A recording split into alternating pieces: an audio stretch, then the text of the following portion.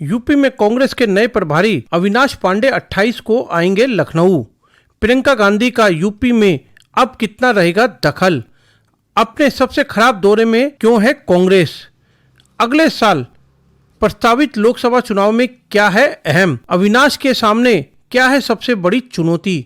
चलिए दोस्तों, इन सारी खबरों को बड़े विस्तार से जानते हैं और आप लोगों से विनम्र निवेदन है, चैनल को सब्सक्राइब करें, बेल आइकन जरूर दबाएं, क्योंकि मेरे आने वाली वीडियो का लिंक सबसे पहले आपको मिलेगा। चलिए आगे बढ़ते हैं। यूपी कांग्रेस ने नए प्रभारी अविनाश पांडे 28 दिसंबर को नागपुर में होने वाली कांग्रेस की रैली के बाद पहली बार लखनऊ पहुंचेंगे। रैली के बाद ही उनके आने का कार्यक्रम तय किया गया था। पहली बार यूपी का प्रभारी अविनाश को उस मुश्किल के वक्त यह जिम्मेदारी दी गई है जब कांग्रेस अपने सबसे खराब दौर में है। बीते 5 सालों में उनके कई नेता पार्टी का साथ छोड़ चुके हैं। संगठन में भी अघोषित तौर पर 2 फाड़ हो चुके हैं। एक हिस्सा वह है जो मौजूदा टीम के साथ है और दूसरा हिस्सा वह है जिसे पार्टी के काम की जिम्मेदारी देना तो दूर कार्यक्रमों में पूछा भी नहीं जाता। अगले साल प्रस्तावित लोकसभा चुनाव के पहले मिली जिम्मेदारी को निभाने के लिए अविनाश के सामने सबसे बड़ी चुनौती पार्टी को एकजुट करने की है। चूंकि अविनाश मूल रूप से पार्टी काडर के हैं, लिहाजा उनके सामने इन सभी लोगों को एडजस्ट करके चलने की मुश्किल होगी। हालांकि यह काम इतना आसान नहीं होगा, क्योंकि इसके पहले जब अजय राय को प्रदेश अध्यक्ष कांग्रेस की जिम्मेदारी मिली तब उन्होंने भी ऐसे दावे किए थे।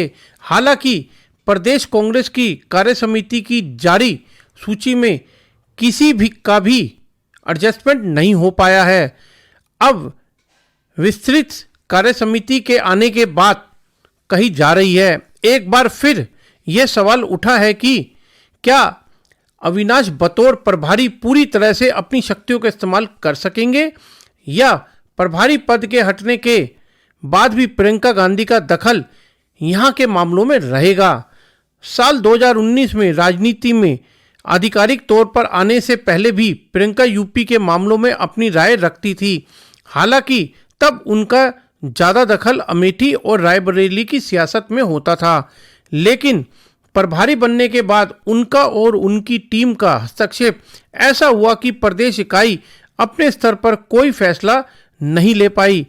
प्रदेश कांग्रेस संगठन में वे पदाधिकारी बने जिन्हें शायद 5 साल पहले कांग्रेस में कोई नहीं जानता था और वे भी कांग्रेस से पहले काम करते रहे, लोगों से अनजान रहे। नतीजा यह हुआ कि कांग्रेस इन 5 साल में चुनाव दर चुनाव हाशिए की तरफ ही जाती रही। लोकसभा चुनाव 2019 कांग्रेस केवल रायबरेली की सीट ही अमेठी से राहुल गांधी चुनाव हार गए। लोकसभा चुनाव 2022 कांग्रेस को 2 सीटों पर ही पहुंच पाई। 2017 में कांग्रेस को सपा के साथ गठबंधन में चुनाव लड़ने पर 7 सीटों पर जीत मिली थी।